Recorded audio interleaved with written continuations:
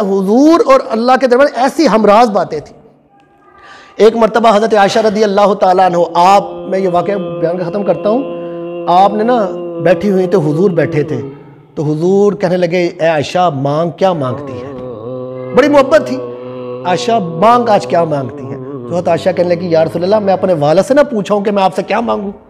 حضور مسکرا پڑے، حضور نے فرمایا جاؤ پوچھاؤ۔ حضرت عائشہ اپنے والد حضرت ابو بکر صدیق کے پاس آئی، کہنے لگی ابا جان حضور نے آج مجھے کہا ہے عائشہ مانگ لو، کیا مانگنا ہے؟ میں بتاؤں کیا؟ بتائیں میں آپ کیا مانگوں؟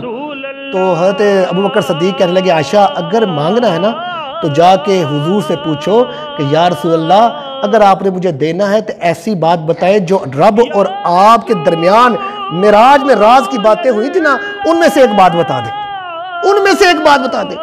حضرت عائشہ واپس آئیں، کہنے لگے یا رسول اللہ اگر آپ نے آج مجھے کچھ دینا ہے نا تو جو معراج پر رب کے ساتھ آپ کی راز کی باتیں تھی نا وہ مجھے ایک بات بتا دے۔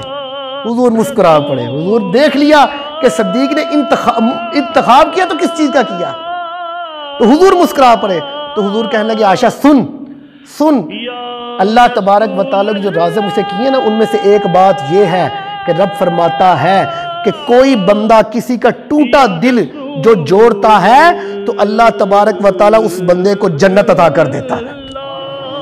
ٹوٹا دل کسی کا جوڑ دے، یہ باتیں ہم راز کی ایک بات ہے کہ کوئی بندہ کسی کا ٹوٹا دل، دکھی دل جوڑ دیتا ہے، ٹوٹا دل جوڑ دے، اسے خوش کر دے تو اللہ تبارک و تعالیٰ اس کو جنت کا ٹھکانہ دے دیتا ہے۔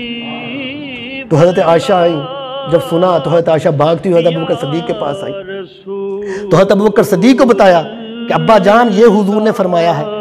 تو حضرت ابوبکر صدیق رونے لگ گئے، آنکھوں میں آنسو، رونے لگ گئے۔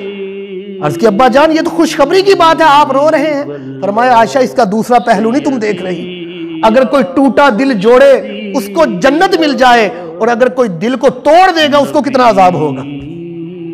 خود سوچو عائشہ کہ اگر کوئی ٹوٹا دل جوڑے تو اس کو رب جنت عطا کر رہا ہے، اگر کوئی بندہ کسی کا دل توڑ دیتا ہے تو اس کا کیا عذاب و کتاب ہوگا۔